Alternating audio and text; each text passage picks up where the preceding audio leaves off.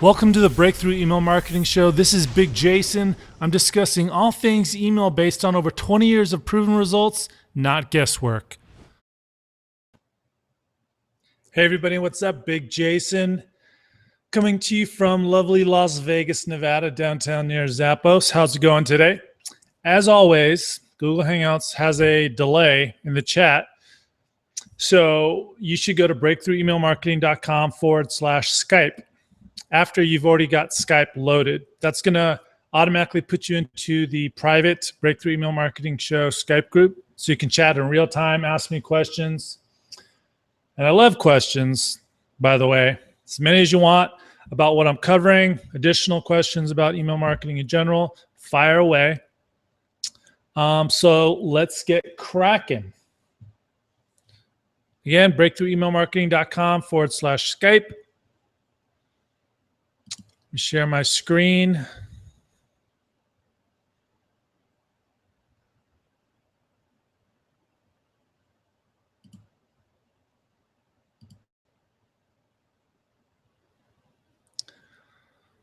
All right. You should see my PowerPoint presentation.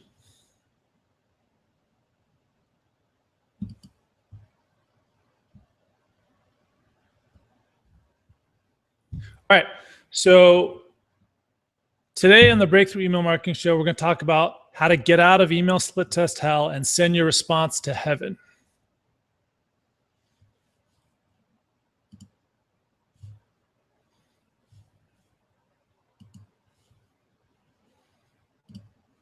All right, so I want to remind you about the terms and conditions. You may not share this information with anyone. This includes your mastermind group, friends, JV partners, or anyone else, whether online or offline, especially Facebook, or I'll cut you.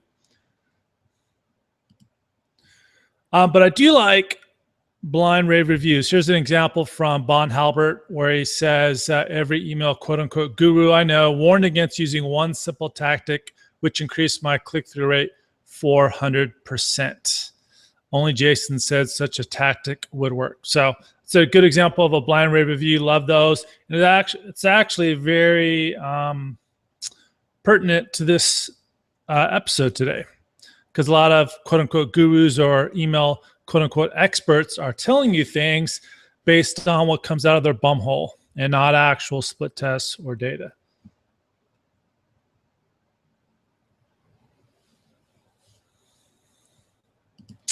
All right, so what are you going to discover today? Why split testing your emails is so important and valuable to your business, how to scientifically split test your emails, what to do if you have a teeny tiny list. You know, I hear often that you can't test your emails if you have a small list because you don't have enough sample size. You know, version A versus version B, don't have enough people to do a real good test. Well, I'm going to slap that around a little bit today. Valuable insights you can learn from other email marketers' email split tests and what results to throw out with the stinky garbage. I hear this as well, you know, well, that was them. It's not applicable to me. We're going to discover if that's true or not. And then finally, the number one most important thing when it comes to split testing your emails. And every time I hear someone say some BS about split testing in emails, they as well do not know this most important thing. If they understood split testing, especially with emails, they would know it. All right, so why is split testing in your emails so important? Welcome, Romel. He has just joined us in the private Breakthrough Email Marketing Show Skype group, breakthroughemailmarketing.com/Skype, real-time chat. All right, knowing what works best and makes you the most amount of money. That's why it's so important. Because, you know, for free, you could go online and find tons of things that quote unquote work, but time and time again, you know, I work with some of the biggest companies online, you know, lists in the hundreds of thousands, in the millions, multiple millions. And I see time and time again people leaving tons of money, even my smaller clients, and it's all based on assumptions, listening to BS from other people. Even in their mastermind, successful people in their mastermind leave tons of money. So split testing helps you, get through all the clutter and find out what works best and makes the most amount of money. We're talking huge amounts of money. All right. And this illustrates why it's so important. Claude Hopkins, famous copywriter and Jedi marketer back in the day, said, "No argument in the world can ever compare with one dramatic demonstration." So you have all these people saying you need to have these Jedi copy skills, write these really long narrative, flowery emails. No, don't use images. No, it'll hurt deliverability. Or what if they don't have images turned on? They talk all this BS, despite the fact that they love Claude Hopkins. And they also love Gary Bencivenga. He's one of the top 5 copywriters to ever walk the face of the earth. He's not quite Halbert level, but he's up there with Halbert. He said a powerful demonstration is your number one tool for building belief in your offer. Parentheses email, that's me. Someone actually just tried to call the entire Skype group. Let me tell them no.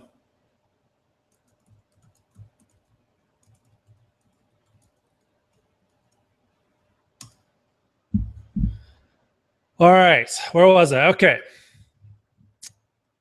But with split testing, you can find that what they say is true. So here's an example of Zumba Corporation, and you can't see it right now, but this was actually animated, and my wife screamed at me and said she had to have these pants. It actually goes back and forth. Their booties are shaking. These tassels, which is the new thing on the pants, is going back and forth, and it immediately sold her. She could not tell you one word in the email, but she remembers this picture. And here's a picture I used for a client. So it's a mole treatment. So this is dramatic transformation that's demonstrated in the email. I did 2 versions, a static version and a animated version. So it shows from mole to no mole. Very powerful demonstration that you can use in email. And it doesn't matter if you're in the party that says never sell an email, sell the click, or if you're the new breed that knows you can sell an email. It really doesn't matter. This is a powerful demonstration to sell the product and sell the click, in my opinion, in my experience.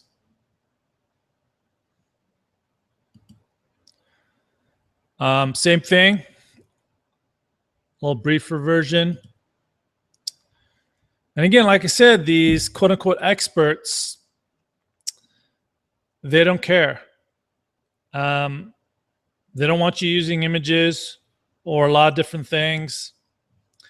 Doesn't matter how much you increase the response or revenue in email, they still don't want you to use images. They don't want you to do certain things just because they have personal preferences and they're ignorant, or they're listening to other ignorant quote unquote experts as well. So that's why it's so important. You want to know what works the best. There's a lot of things that affect the response to emails. So you got the offer, you got the timing, you've got tone, you've got the sequencing, the offer. All right. So how do we scientifically split test your emails? The simple answer is exactly how you would split test a page. You got certain things you want to avoid, certain things you want to do. You want to do a good A/B split test, evenly splitting between 2 versions or 3 versions.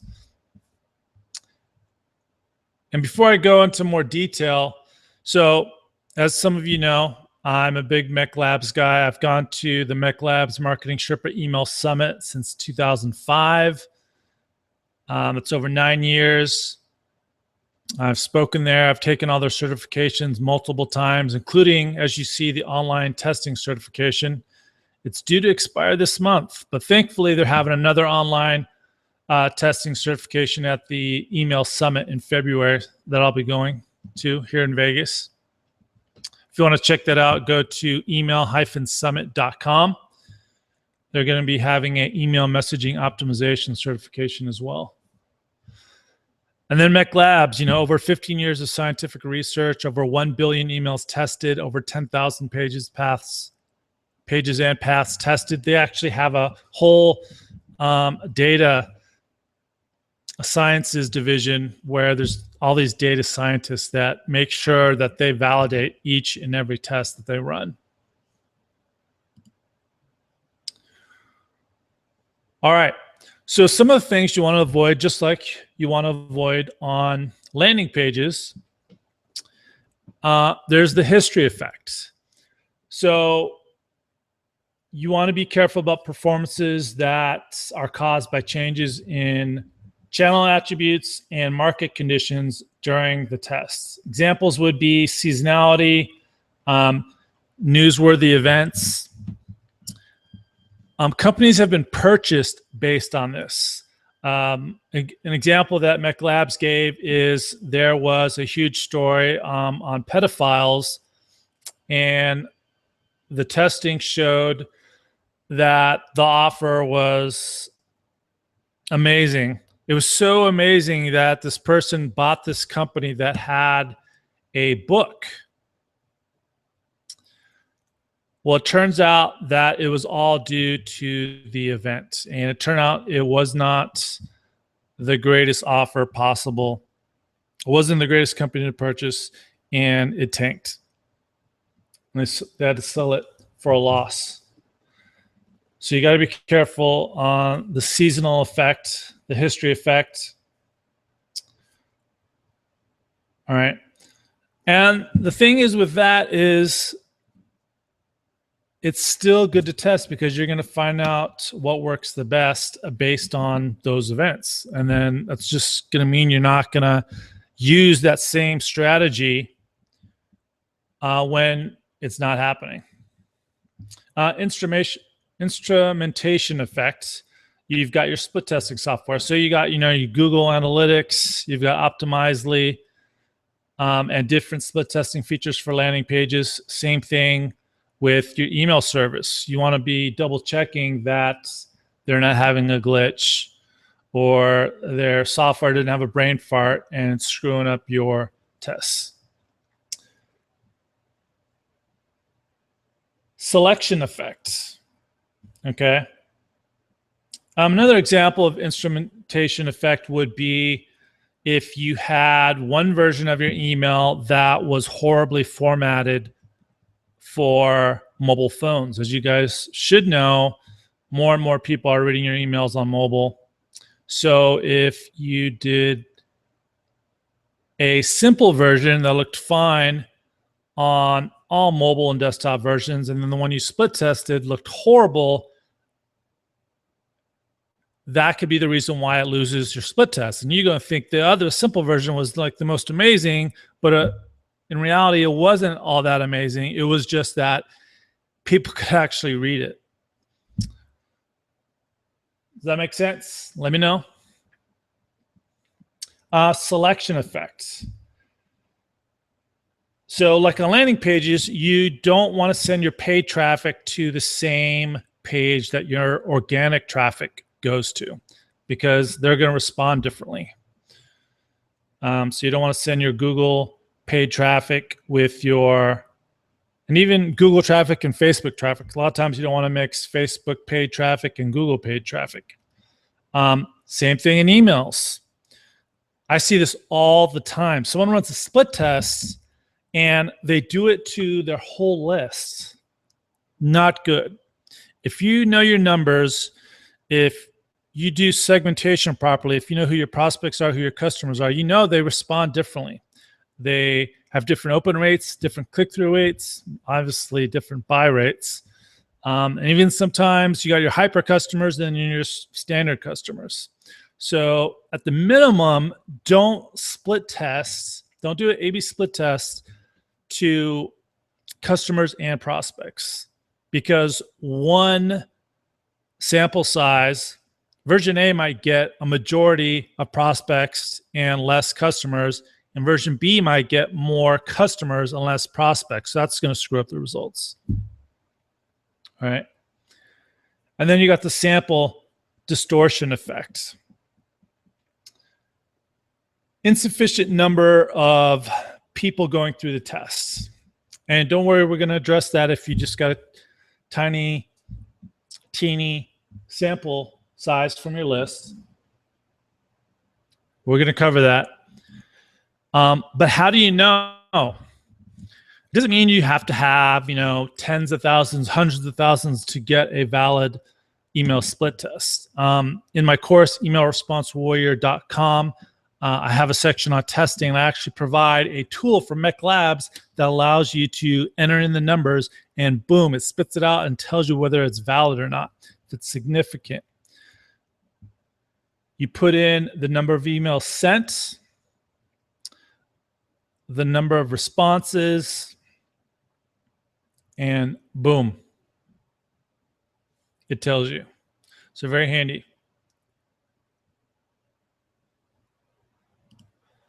All right, some final notes about testing.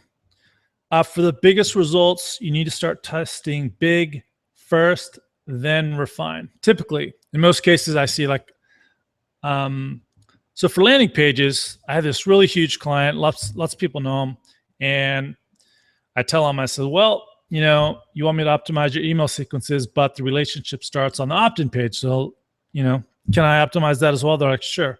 That makes sense. I'm like, okay. So I give them a optimized version of the opt-in page, a new headline, a new subhead, and a new call to action. So I get a report like, oh yeah, we're split testing your headline. And just made me go, what do you mean my headline? You mean, my version? They're like, well, no, we're just split testing the headline first, because we want to know what increases or decreases conversions. I'm like, no. That's false. That's another false belief a lot of quote unquote experts have, is that you have to know exactly what increases or decreases. False. If you want a big boost in response, typically it's not going to happen unless you go big. Mech Labs calls it a radical redesign. Who cares what did it if you make 250% more revenue? Okay. Does that make sense? After you do the big tests or big tests, then you can refine. Just this week, I just got a corporate client, and I've been talking to them about testing certain things. And we just got a mobile responsive template coded based on my input, and a good buddy of mine is a designer. And my client came to me and said, okay, great. Once that's done, let's test that. Let's test the call to action color. And I'm like, so I'm just starting with this client. So I haven't tested anything. I'm just like, no. Let's test the more personal and engaging version of the email. Then let's get down to the nitty gritty and test little stuff like that. We want the most bang for the buck. I'm getting a base plus percentage of the increase in revenue. So screw this call to action button at first. I want to go for the throat. Justin has just joined us. Welcome, Justin, in the private Skype group. If you're just joining us, if you want to chat live in real time as opposed to Google Hangouts, which has a delay, once you have Skype loaded, go to breakthroughemailmarketing.com/Skype. It'll automatically send you to the live Skype group. All right, and then you want to know your numbers, especially money per email. If you want to be really ninja about it, you want to know money per link, because you got quote unquote experts saying, oh, you should do 3 links in every email. That's the best number of links. Total BS. If they actually knew how much money per link, they would know that majority of the time, it's not rocket science that having something that looks like a link towards the beginning of the email is going to get more clicks. But if they knew their numbers, they'd know in majority of the cases, it makes way less money. An actual split tests. We're going to talk about making assumptions on small little changes, not really testing it, versus actually doing A/B split tests. Huge difference. And you want to know money per email because you want to know which emails work the best and which ones don't. I don't want to hear this crap about, oh, I sent an email and it seemed to work really well. So-and-so said they bought because of that email. Screw that crap. You want to know the truth, the data. The data tell you exactly what's going on. Revenue by month is far cry from money per email. I talked to Bon Halbert, and we had gone over one of his dad's best pulling ads, and it had this picture. And I said, Bon, knowing how amazing of a copywriter your dad was, do you think, scratch that, it's wrong story. Sorry, I'm sleep deprived. What I meant to say was, I said, Bon, so you're working for your dad and you've got 3 ads and newspapers running, and he comes to you at the end of the month and says, okay, how are we doing, Bon? And you say, well, we made, X amount this month. And he goes, well, okay, but which ads pulled what? And Bon says, I'm not really sure, but we made more than last month. So, hey, let's keep running it. And I was like, would Gary slap you for saying that? And he said, no, he wouldn't slap me, but he'd definitely fire me if I didn't know my numbers. So that just illustrates the importance of knowing what works and what doesn't, and not going by assumptions or a few people saying this or that. You got to know what works and what works best. Again, if you want more details, emailresponsewarrior.com. All right, how to test your emails even if you have a teeny tiny list. I hear this also from people, quote unquote experts that say it's not worth split testing. You can't quote unquote scientifically split test. And then they say, well, a lot of people don't even have enough big enough lists. So it's not, what's the point of testing? Well, they're idiots. They're ignorant. Just because they suck doesn't mean you have to suck. Screw them. This is your business. This is your lists. You need to do what's best for you, not validating their insecurities. All right, you can use what you would call sequential testing versus straight A/B split test. Is it as valid, scientifically valid? No. Is it useful? Yes. And when we talk about the number one most important thing when it comes to split testing, we're going to go into that more. But here's how it goes. So sequential testing. So an example would be if you say had an autoresponder sequence and you were like, I wonder if I use a personal image of me holding my kid or, laughing with my wife at the beach or something like that. I wonder if that's going to be better in my email versus just a strict plain text in the first email. So what you do is the current version you're doing, you would track the open rates, the click-through rates, the buy rates, or whatever's the purpose of that first email. you know your numbers, and then the next month you would make the change. That's just an example. I'm not saying that's the perfect way to do it. Just using a personal image. That's probably not what I would do. Probably more what I would do is including an image of, say, if you wanted them to download a free ebook or something, I'd possibly use a test using a picture of the ebook. Or if there's a free video series, a picture of the video, and see what works best that way. Or then you got the, should I sell or don't sell? Well, then you could do that way. 1 month, have the autoresponder series. We're just, building a relationship, just giving away, valuable content. And then the next, start selling right away. So that'd be sequential testing. And again, it's going to mean more if if you have enough data. And again, in my course, there's that free tool by Make Labs that lets you just put in the numbers and it automatically calculates everything if you have enough numbers for it to be significant. And if you have a even tinier list, you just let it run a little longer. But eventually you'll get enough data so you can see a pattern of what's working better. And if you're really ninja, you could have 2 autoresponder sequences and split test the opt-in form so that it's evenly putting the traffic in one sequence versus the other. And then you'll know side by side which is working better. But again, remember, you can't be mixing up the traffic sources.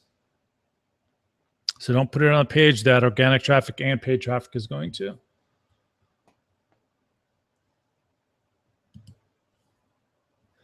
All right. Again, if you have any questions about this or anything else, fire away. I see Francis already put in a question about something else, not related to testing, but about email marketing. So I'm going to answer that at the end. So fire away. Valuable insights from other email marketers' split tests and results you want to avoid like the plague. All right. I hear that a lot from the experts too, is that, oh, that's so-and-so, it's their market, it's their product, it's totally different, really to apply to you. They're incorrect. It's great for getting your own split test ideas. Maybe you're not really sure what to split test, what's going to really get you the best bang for the buck. Well, you can look at what other people are doing. And I think one of the most valuable things you can learn is you can find out if somebody's lying. So if you know someone they've done a valid split test that, in some cases, using images works a gazillion times better than plain text. Anybody that says plain text works best, they're an idiot. They're lying, deceitful, ignorant, or all three. You can learn more about your market. If someone else is conducting a valid split test in your market, maybe find out something you didn't know.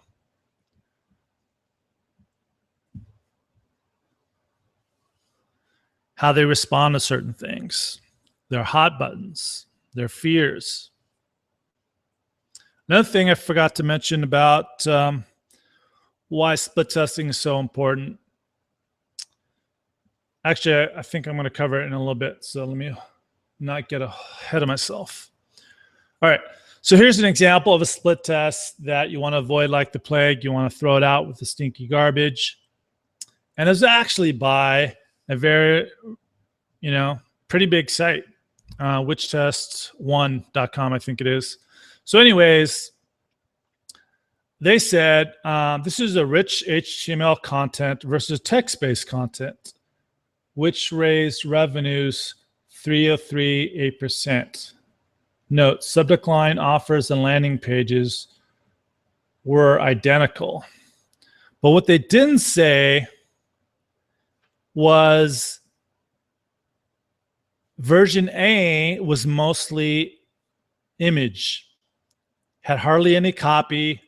Version B Version B to me still has rich text. We've got block quotes, we got colored texts. So I think it's a bit misleading on that characterization of rich HTML. But I mean, look at it. Way more copy, hardly any copy. So to me, that's not a valid split test. That said, you know, what email will drive revenue the most? An HTML pretty email with lots of social proof, or a more personal, engaging email? But the way they phrased it, a lot of quote unquote experts love this. We're like, third-party validation that text works better than HTML. Total BS. That's not what it said. That's not what the split test was actually about. And I even put in the comments, I said, this test is really misleading. I was like, I'm surprised at you guys. This is the worst split test you guys have ever run, or at least the worst reporting of a split test.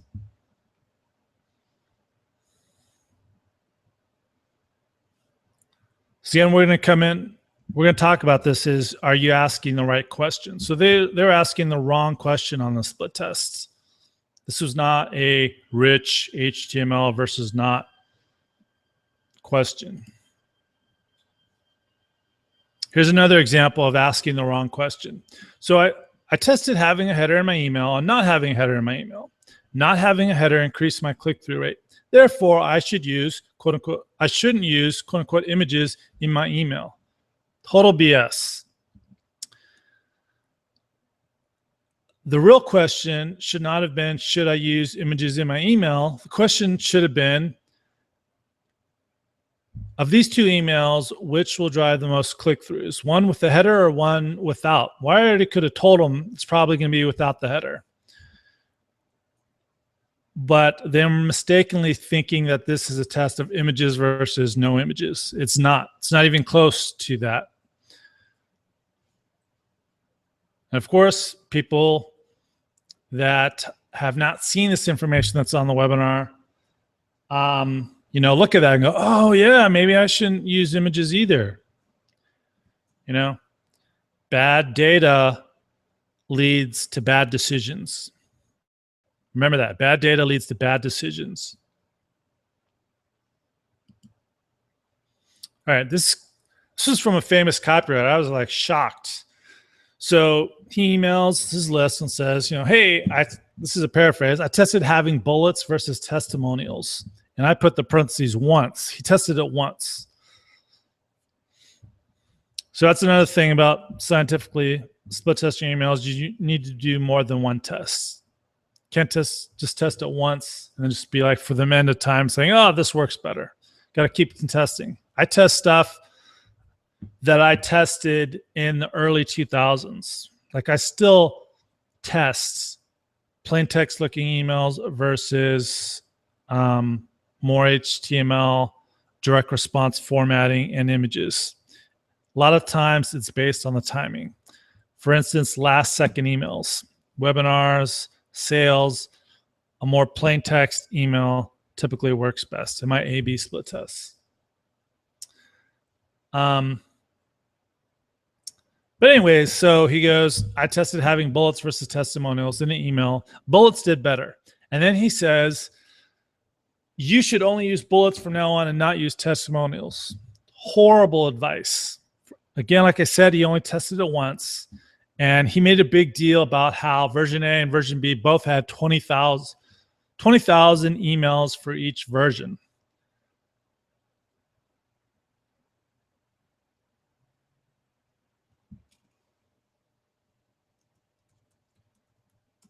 Just getting some clarification on the question. So he only tested it once. And I talked about this with Bon Halbert. It was very weird that it was either or, because testimonials sometimes can be your best bullets. I didn't think much of it because he only tested 20,000, and you really don't know how many of those 20,000 were delivered. That's another thing you have to take into consideration, is how many of those emails were actually even delivered or opened.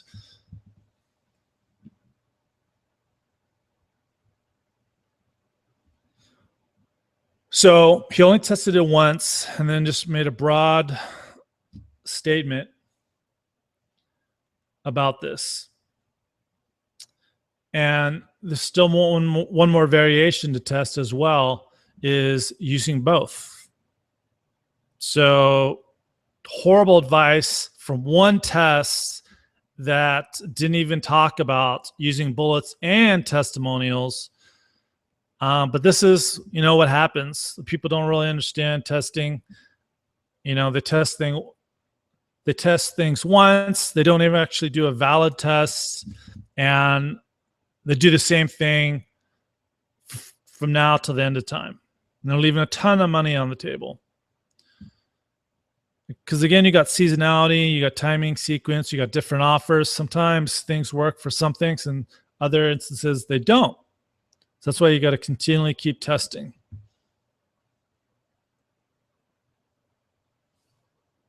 It's all right, Justin. You'll get the replay. I think Justin's in Peru maybe right now.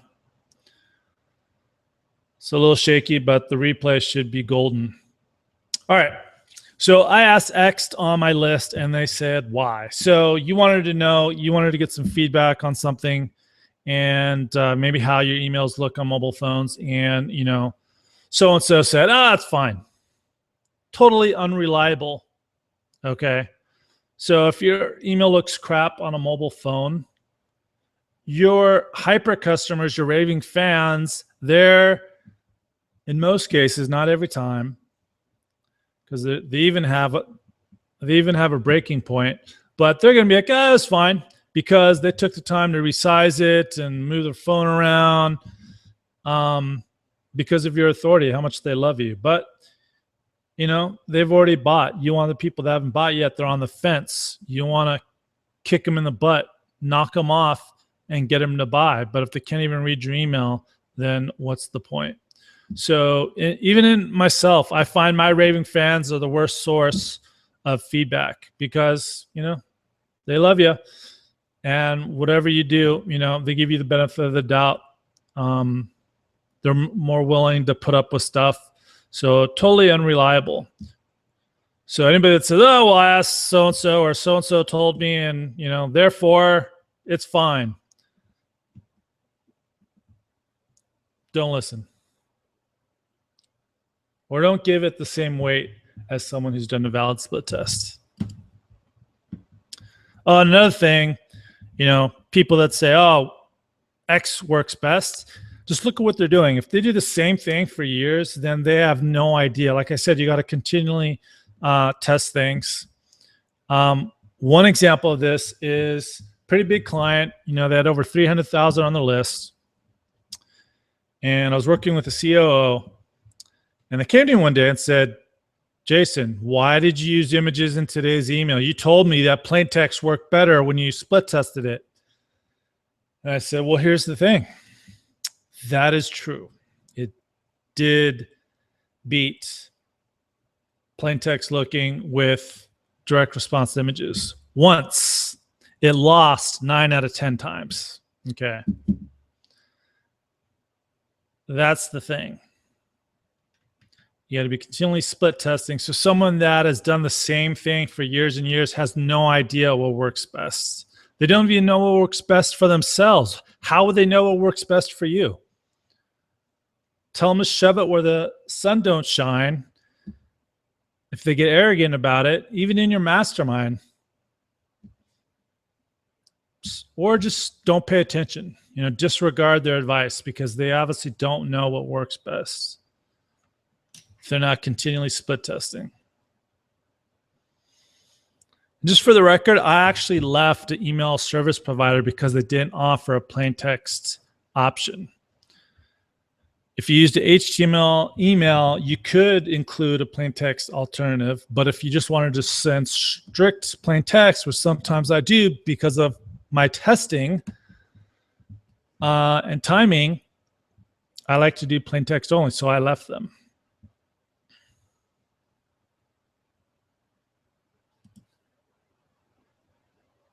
Okay. So again, offer affects your response. So I've seen this before.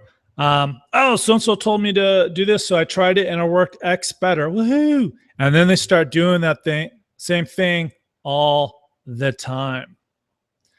And my first question is, it didn't happen to be a new offer, did it?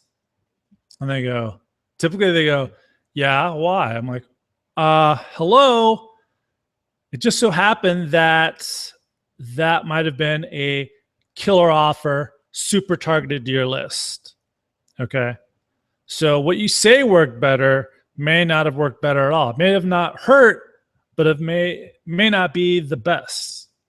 If you'd actually split tested it, like I told you, then you would know for sure. So people get led down the wrong paths based on this.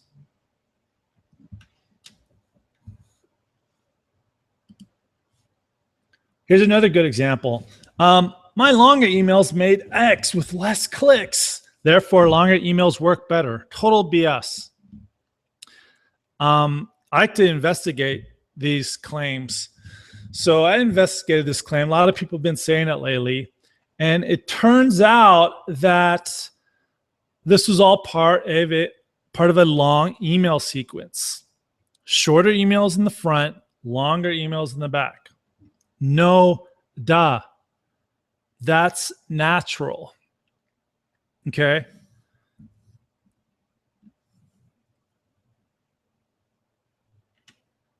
It makes sense to me based on my experience and based on my testing that that's how it normally works. Longer emails toward the end of the sequence. Yeah, you're going to make more of your money. You got urgency and scarcity coming into play, which can affect response. So you never hear them that, oh, I split tested the longer versus short email. You just say, oh, well, the shorter emails then, didn't make as much, and the longer emails made more now. Therefore, longer emails work better. Nope. Not a valid split test. Longer emails can work better. I've given this example before. Some of you may have heard it, but let me say it again for those who haven't. I was doing a huge launch for Mike Koenig's Main Street Marketing Fusion, and I was writing these really long affiliate swipes. I wrote all the launch emails, the affiliate email swipes, and this one particular affiliate pings me on Skype. It says, dude, what the hell? My list likes short emails. Why are you only giving us long emails? So I said, one is like, dude, I've got a lot of affiliates. Just customize it, make it shorter if you want. But I said, here's the thing.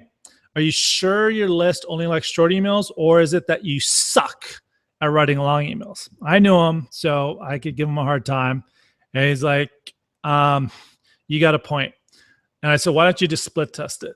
And so he split tested a short, probably more blind, and just my long swipe verbatim, Shazam, 5 times more sales. So that should help you decide whether someone who says never use affiliate swipes is an idiot or not. You should never use affiliate swipes that suck, but you should not ignore killer affiliate email swipes.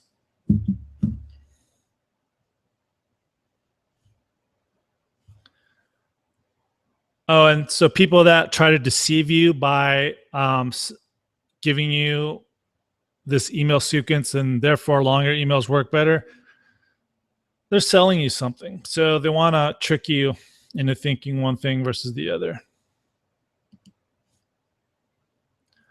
All right. Again, any questions? Fire away. So the most important and valuable thing when it comes to split testing your emails is, what did you learn about your customers? This is what the quote unquote experts don't realize, that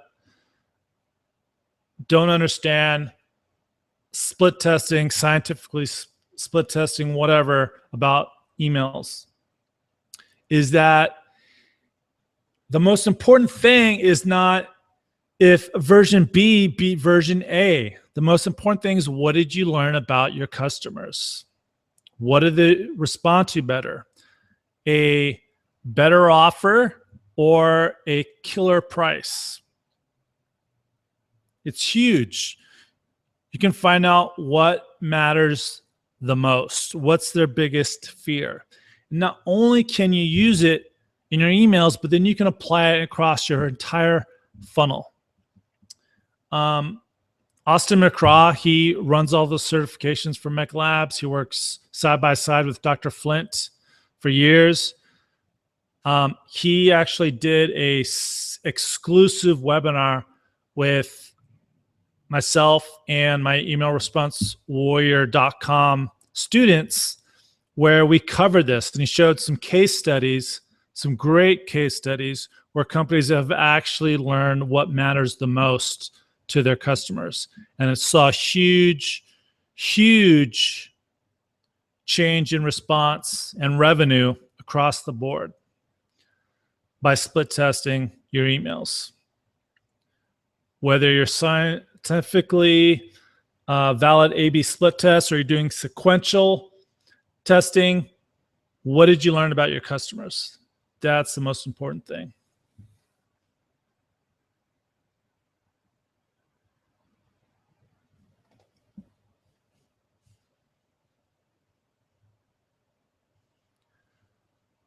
So again,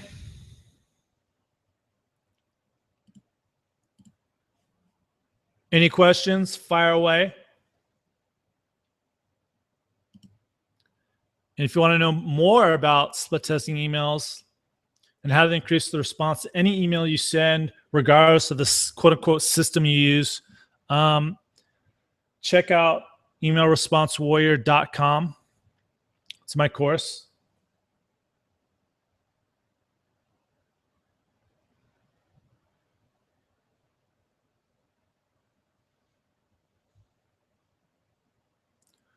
And if you guys didn't know, I'm going to be doing podcasts more frequently, some live, some offline, but I'm going to be doing them more frequently thanks to Audello. Audello's a new product from the maker of Easy Video Suite, Josh Bartlett.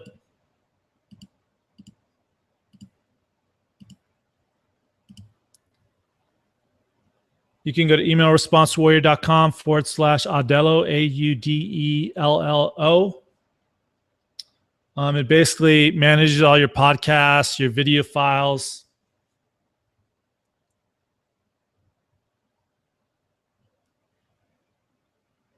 And so that's what I'm using now. I'm going to put up all my old podcasts that are not up yet. I'm going to start displaying the audio player for all my audio files in my emailresponsewarrior.com member area. I actually got a review copy and I, threw it back and actually bought it a real copy because it was that good. It was that valuable.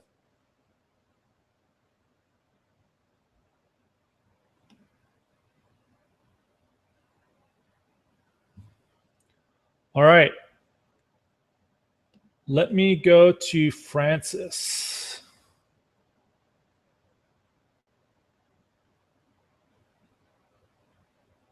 Francis had a question at the start.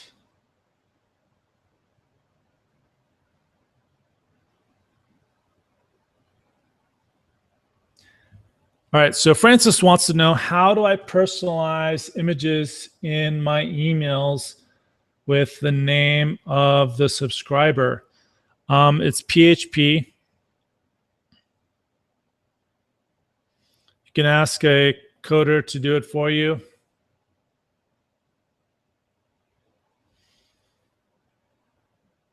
I'm going to go over it a little more in depth for my Email Response Warrior Gold customers.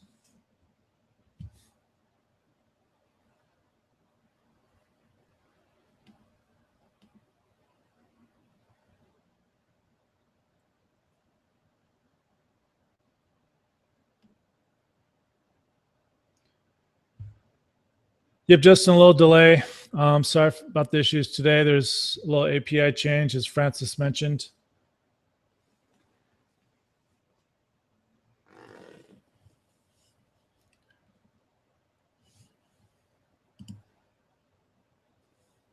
So again, I love blind rave reviews. So if you want to give me a shout out on Facebook, facebook.com/big marketing, if you want to tag me.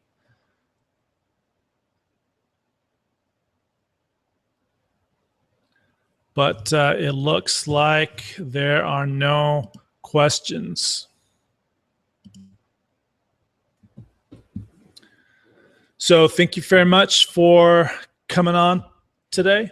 And I will see you next time for the Breakthrough Email Marketing Show, breakthroughemailmarketing.com. Once again, sponsored by my course, Email Response Warrior, available at emailresponsewarrior.com.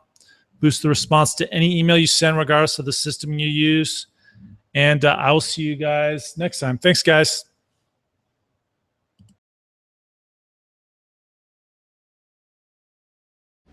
Hey, this is Big Jason. Thank you so much for listening to the Breakthrough Email Marketing Show. For more free information based on over 20 years of proven results and not guesswork, go to breakthroughemailmarketing.com, and I'll see you next time. Thanks.